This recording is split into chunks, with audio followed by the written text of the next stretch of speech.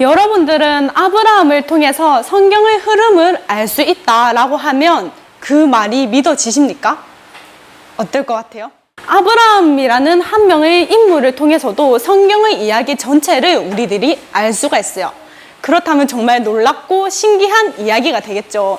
그래서 오늘은 그 이야기 속으로 빠져들어가는 시간이 되도록 할게요. 아브라함에게는 독자 아들 한 명이 있었어요. 이삭. 하나님께서 아브라함에게 네 아들 독자 이삭을 데리고 모리아 산으로 가서 독자 이삭 아들을 제물로 바쳐라 라는 말씀을 하시게 됩니다. 아브라함은 그 하나님의 말씀을 듣고 이삭을 정말 그 모리아 산에 가서 제물로 바치려고 했죠. 그때 바치지 않고 하나님께서 멈춰라 하시면서 수풀에 걸린 숫 양을 가지고 이삭 대신 제물로 바쳐지게 되는 하나의 사건이 있었어요. 우리들이 포인트를 두고 볼 거는 양이에요. 이삭이 제물로 바쳐질 뻔했을 때 양이 나와서 그 양이 대신 제물로 바쳐졌죠. 이때 양이 한번 나오고 또 시간이 흘러 가보면 아벨과 가인의 두 형제가 나오게 됩니다. 그때 아벨은 양의 첫 새끼를 가지고 하나님께 제사를 드리게 되죠. 그때에도 양이 한번 등장하게 돼요. 그리고 유월절 이야기 아시죠? 그때 속죄 양으로 해서 또 그 양이 한번 또 등장을 하게 되고 또 그 외에도 뭐 다윗은 양치기였다, 야곱이 전박이 양을 만들었다 하면서 구약 성경 안에는 양에 관한 이야기가 정말 무수히 많이 나오고 있어요. 여기에서 양을 우리가 왜 포인트를 두고 바라보았냐면 이 양이 성경에서 의미를 하는 거는 희생 제물이라는 것으로 의미를 하고 있단 말이에요. 그 희생 제물이라는 그 의미가 알고 봤더니 신약 때에 와서 예수님께서 우리의 죄를 위해서 십자가에 못 박혀서 돌아가신다 할 때 우리의 죄를 위해서 희생하시게 됐죠. 예수님이. 그때 그런 예수님이 우리의 죄를 위해서 희생하셨다와 구약에 나왔던 양이 희생 제물로 바쳐졌다 했을 때 그 예수님과 양에 대한 의미가 같게 돼요. 그래서 구약 때 나왔던 양들은 모두 예수님에 관한 그림자였고 복선이 되는 셈이었습니다. 그래서 신약에서는 이렇게 말하고 있죠.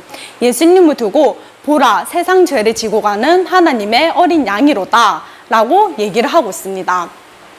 이 아브라함의 아들 이삭이 제물로 바쳐질 뻔할 때 그 양의 이야기로 구약 성경의 흐름도 알고 예수님 때의 이야기도 알 수가 있었죠. 이삭이 제물로 바쳐질 뻔한 그 장소가 모리아 산이었죠. 이삭이 제물로 바쳐질 뻔한 그 사건, 딱 그 당시 때만 나타난 사건이 아니라 천년이란 시간이 흐르고 나서 보니까 솔로몬이 성전을 지었던 장소가 예루살렘 모리아 산이었어요. 이렇게 천년 뒤에 또 모리아 산이 한 번 더 등장하게 되죠.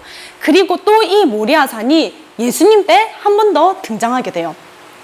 예수님 때는 예수님이 십자가에 못 박혀서 돌아가신 장소로 그 모리아 산이 등장하게 됩니다.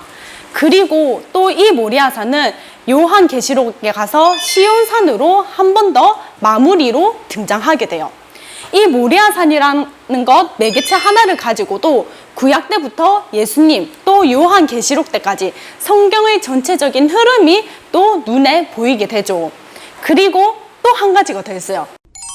하나님께서 아브라함에게 내가 너에게 가나안 땅을 줄게 라는 약속을 하시게 돼요. 그 약속을 아브라함은 믿었죠. 믿고 그 약속을 꿈꾸고 소망하게 됩니다. 땅을 얻을 거라는 것을 소망을 가지고 밑에 있는 후손들에게도 하나님께서 우리들에게 땅을 주겠다고 하셨어. 그러니까 그 땅을 너희도 바라보고 기다려야 돼 라는 그런 얘기를 계속 이렇게 대를 이어서 알려주게 돼요.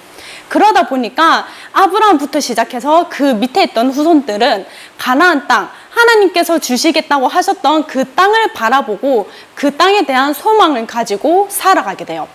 그러다가 모세를 통해서 출애굽을 하면서 가나안 땅에 정말 직접적으로 들어가게 되는 일이 있었었죠.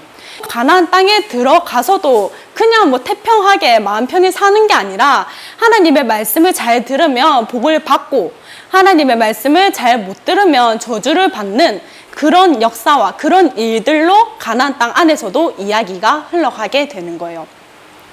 가나안 땅이란 거 하나만 알고 나니까 구약 시대의 그런 흐름도 우리들이 볼 수가 있게 돼요. 이삭이 제물로 바쳐질 뻔했던 그 장소, 이삭 대신 제물로 바쳐졌던 그 양을 가지고도 성경의 전체적인 흐름을 우리들이 알 수가 있는 거예요. 이게 아브라함 한 명을 가지고 우리가 알 수 있는 놀라운 사실과 재미있는 사실이에요. 아브라함 한 명 가지고도 이렇게 성경의 전체적인 틀이 읽히고 그 흐름이 읽히는 게 신기하지 않아요? 사실 밖에 나가서 교회에서 보면 아브라함이라 하면 다 믿음의 조상이다 하니까 아브라함이 하나님의 말씀을 듣고 독자 아들 이삭을 제물로 바칠 뻔했던 그 사건처럼 하나님의 말씀을 순종해야 돼, 하나님의 말씀을 믿어야 돼 라고 그저 하나하나 달락달락 뜯어서 교훈적으로만 설명을 하고 있어요. 하지만 그렇게 교훈적으로만 설명하면 항상 듣던 얘기 또 듣게 되잖아요. 그런데 지금 우리가 들었던 것처럼 하나의 매개체를 가지고 성경의 흐름으로 보게 되면 훨씬 들을 때도 새로 듣는 이야기처럼 재미있고 지루하지 않게 들을 수가 있겠죠. 이렇게 성경을 보는 방법이 바로 구속사적인 성경 해석 방법이다라고 얘기를 하는 겁니다. 구속사적인 성경 해석으로 성경을 바라보고 성경을 해석하면서 풀어나가면 이렇게 성경이 재미있게 돼요. 성경은 절대로 소설이 아니고 듣기만 해도 잠이 오고 한숨이 푹푹 나고 말도 이해도 안 되는 그런 어려운 책이 아니라 정말 드라마처럼 매개체를 가지고도 이야기가 쭉 이어지는 정말 재미있는 정말 드라마와 같은 그런 책이에요. 그런 눈으로 볼 수 있게 만들어주는 것이 구속사적인 성경 해석입니다. 구속사, 이 단어를 꼭 우리들의 머릿속에 기억하고 간직해서 앞으로도 이 구속사적으로 성경을 바라볼 수 있는 저희들이 되기를 바랍니다.